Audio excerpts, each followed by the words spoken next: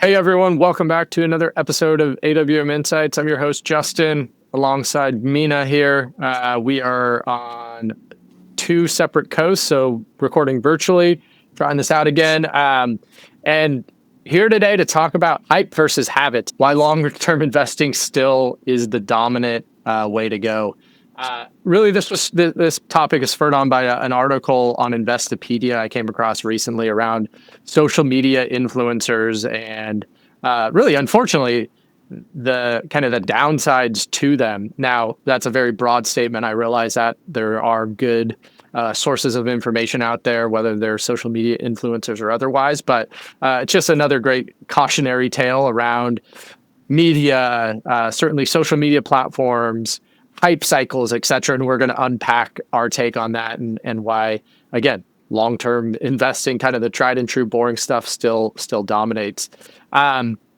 So with that, right, the idea here is the concept, which we talked about quite a bit, and I already even alluded to, around media and algorithms and this whole idea of grabbing attention and how bad that is for probably our mental health, quite honestly, but talking today and sticking in our lane to our financial health.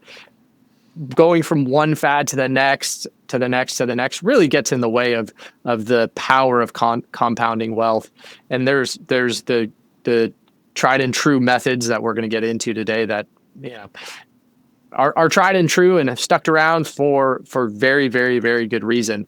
What we want to help you prevent, let's call it the average listener, and certainly our clients, understand that we don't want to chase these fads. We don't want to get stuck on the treadmill, the proverbial treadmill, or really, chase our tail where we just kind of stay in place and don't really make meaningful progress to our goals to building multi-generational wealth. And the tough part with not chasing fads and having that restraint is these are all shiny objects, and they all, I guess, make sense when they're presented on a TikTok or a reel. They spark your attention, they make sense, they look super sexy, and unfortunately, like Warren Buffett did not build his wealth in a sexy way, so that's just a harder sell. It's naturally a harder sell. Like investing, being a long-term investor in public markets that have really created a lot of value historically is just a lot less attractive of a story to tell than, hey, let me walk you through a crypto strategy or a tax depreciation strategy, which is a get-rich-quick scheme, but just sounds so much more appealing on paper. Yeah, totally. And not to cut you off, but like the very simple analogy here too is the lottery, right? Like you say, get rich quick. What we're talking about is basically the exact opposite of that. Now, many of you listening, our clients, are fortunate enough to have this incredible asset of human capital that helps. And then we talk about really maintaining wealth, stay being rich, if you will. But the trade-offs here is like, hey, one thing that's, I don't want to say it's a sure bet, right? We're not allowed to talk like that with respect to compliance, but this steady Eddie, boring, like you said, kind of Warren Buffett type mentality that just takes discipline, takes time, versus chasing the fad, playing the lottery. And guess what? Someone's going to win the lottery. Someone's going to chase that fad and get rich quick, but it's a very, very low probability outcome. Yeah, and the majority of the people buy lottery tickets and come home with nothing. And that's what we see with pods. You have a bunch of people that invest late in the cycle in the euphoria phase, where a few people that got in early, whether that be via luck or skill, made a ton of money. You have a bunch of people chasing, and those people chasing, unfortunately, end up losing a lot of money because they're the ones that get in late and end up holding the bag on the way down. And it's good to remind us, these aren't just like actual money-making schemes where it's a matter of timing and getting in early, getting in late. Like some of these, and the way these social media algorithms work, are purely to get your attention. And in many cases, hopefully not many cases, but I believe it to be true, they're fraud, or they're selling some sort of tax minimization scheme that, guess what, was similar to something that was pushed 20, 30, 40 years ago and has already kind of been rendered borderline illegal, or certainly just say like, hey, you can't actually take these losses to offset your gains, right? Like the too good to be true type analogy definitely comes into play here as well. Yeah. And one thing to just build off of that, they make it sound so simple and so easy. And I think that's the beautiful part on the sales side and on the attention grabbing side. But it's an incredibly hard concept to understand tax laws, regulations, to understand markets, and be able to identify that needle in a haystack opportunity that is the positive outcome where, we see this all the time. We saw it with oil and gas schemes early on a couple decades ago. The majority of these are just losers in general, or there's legislation that comes out to stop these strategies from working, and we've seen that time and time again. So the analogy that I'll also throw in here is, as a professional athlete, you are at an advantage in the sense that you get to accumulate a lot of wealth early and let that compound, but you're also at a disadvantage in the sense that if you make any mistakes early on in your career, or because careers are so short, pretty much any mistake during your playing window is early on in your career. That is punished so much more brutally than an average person that is going to be working for 40 or 50 years, like the two of us, probably just less so. But yeah, like a 10-year career is a solid career for a professional athlete. A 40 to 50-year career is your average career for a normal person. So just looking at those two sample sizes, what you do in those 10 years when you're actually building wealth is 4 to 5 times more important, more meaningful, more impactful than someone who is your same age, just starting their career. And if they make a mistake, they have 40 years to recover. So it is so much more serious and significant to take advantage of your wealth in those early years. Make sure that it compounds, make sure that it lasts well into retirement, and ideally becomes a multi-generational source of wealth. 100%. I mean, the idea of compounding, it's so simple. It's math, which I love.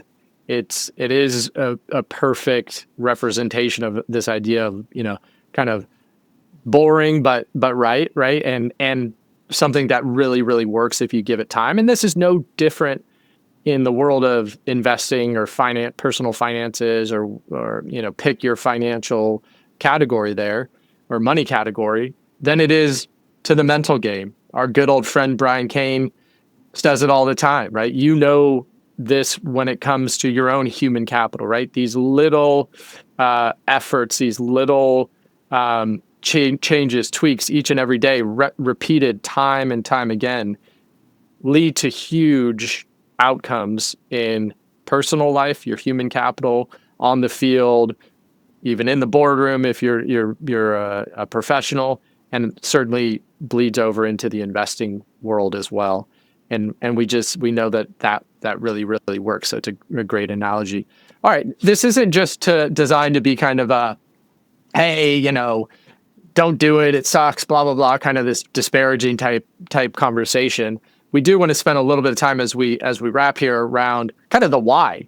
Let's try to hold ourselves accountable here and kind of go to a first principles approach. Like, why does the tried and true, the boring that we keep talking about still make sense? And much of it is kind of bleeding, or a great transition from this idea of compounding wealth, compounding daily practices to lead to better outcomes, right? Process over outcome is really what matters here. You make these tried and true, take these tried and true approaches, whether it be disciplined savings, putting that money to work, not trying to time the market, because we know predicting the future is all but impossible.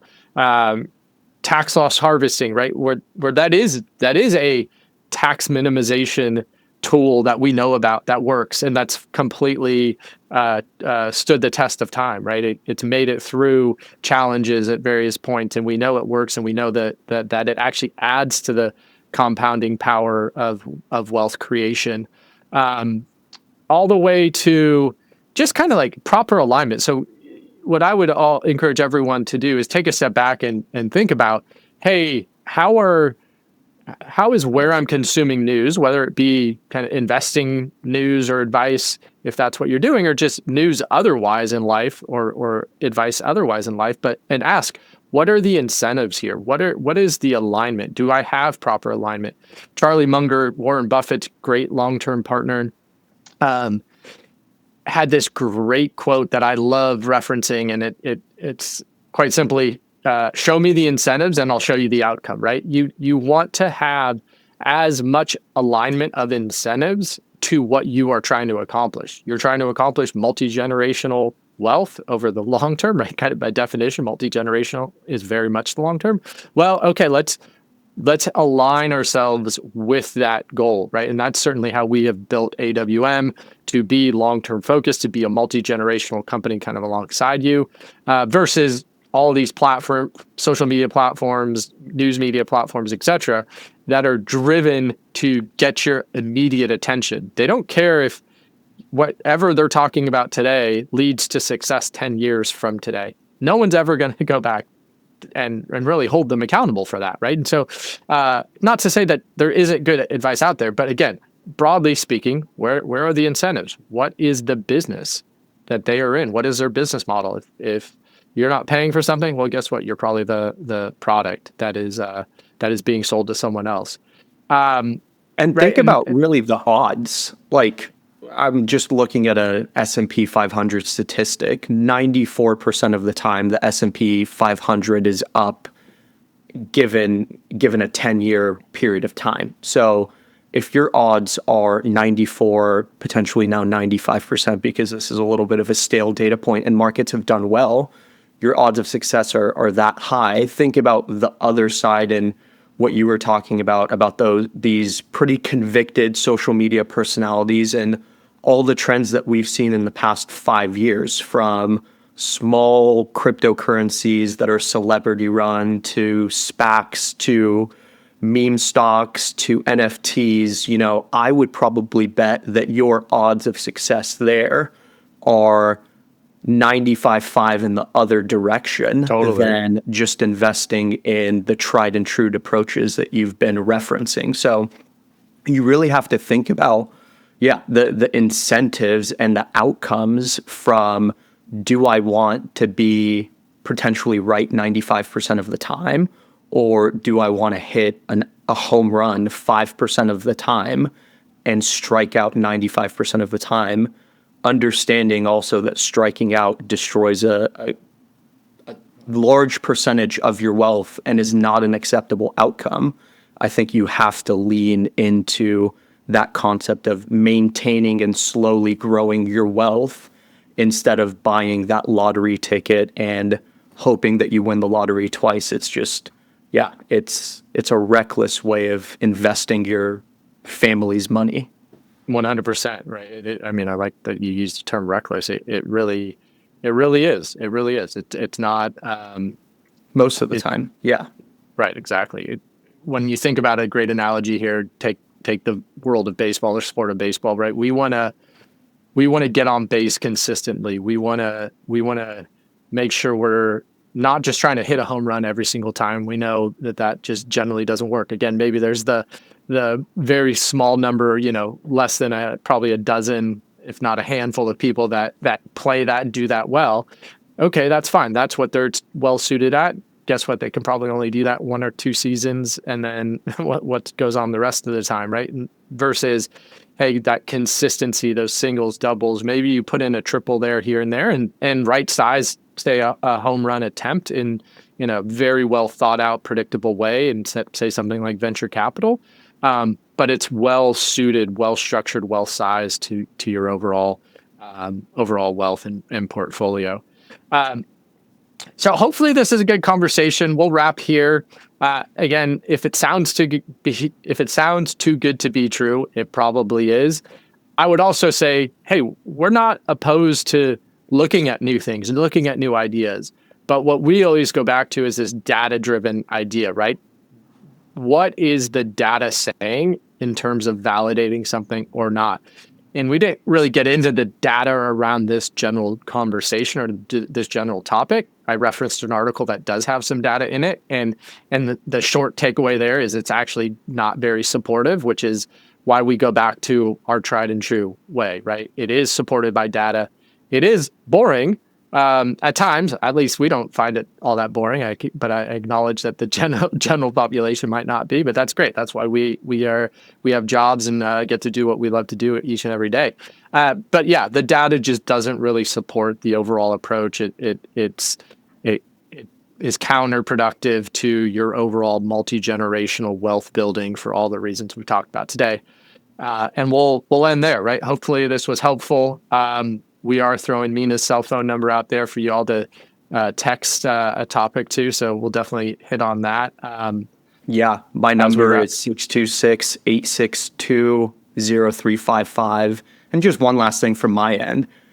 As a professional athlete, you're playing a different game. Your game essentially starts in the 7th or 8th inning, and the number of outs that you have are just so limited compared to a normal person that has 9 innings worth of outs, 27 outs, and just a longer time to potentially make mistakes, figure things out. You can't, as an athlete, you have to hit the ground running because you are in that final stretch from day one. So tuning out the noise and also understanding that as an athlete, you just have a lot more crowd noise than your standard person, than the standard, high school athlete that has maybe a couple parents going to games. You have a whole stadium filled of noise, and it's overwhelming, but you just have to stay consistent with the investment strategy that you use and